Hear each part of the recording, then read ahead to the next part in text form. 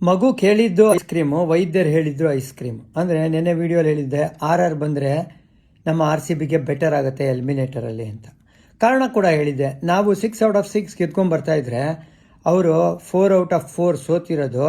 ನಿನ್ನೆ ಸೋತಿದ್ರೆ 5 out of 5 ಆಗಿರೋದು. But ನಿನ್ನೆ ಗೆದ್ದಂಗೂ ಆಗಿಲ್ಲ, ಅವ್ರಿಗೆ ವಾಶ್ ಔಟ್ ಆಯಿತು, 1 ಪಾಯಿಂಟ್ ಬಂತು. ಸೊ ಹಾಗಾಗಿ 3rd ಪ್ಲೇಸ್ಡ್ RR, ಈಗ ಆಡೋದು 4th ಪ್ಲೇಸ್ಡ್ RCB. ನಾವು 4th ಅಲ್ಲಿ ಇದ್ರೂ ಕೂಡ ಕ್ಲಿಯರ್ ಕಟ್ ಫೇವ್ರೇಟ್ಸ್ ಆಗ್ತೀವಿ ಆ ಒಂದು ಎಲಿಮಿನೇಟರ್ ಪಂದ್ಯಕ್ಕೆ. ಕಾರಣ ಏನು ಅಂದರೆ ನಾವು ಆ ಕಾನ್ಫಿಡೆನ್ಸ್ನ ತೊಗೊಂಬರ್ತೀವಿ. ಇವರು ಗೆಲುವು ಏನು ಅನ್ನೋದೇ ಮರ್ತೋಗ್ಬಿಟ್ಟಿದ್ದಾರೆ ಲಾಸ್ಟ್ 5 ಗೇಮ್ಸಿಂದ. SRH ಯಾಕೆ ಪ್ರಿಫರ್ಡ್ ಆಪ್ಷನ್ ಬೇಡ ಈ ಹಂತದಲ್ಲಿ ಅಂತ ಹೇಳಿದ್ದು ಅಂದರೆ, SRH ನೀವು ಅಬ್ಸರ್ವ್ ಮಾಡಿ, of all 4 teams least affected team ಯಾವುದು ಅಂದರೆ SRH.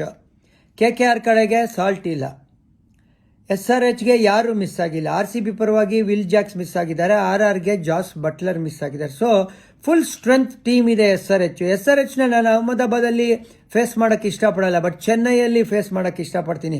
ಸ್ವಲ್ಪ ಸ್ಲೋ ಟರ್ನರ್ ಟ್ರ್ಯಾಕಲ್ಲಿ ಮೇ ಬಿ ಸ್ಟ್ರಗಲ್ ಮಾಡ್ಬೋದು ಅಂತ.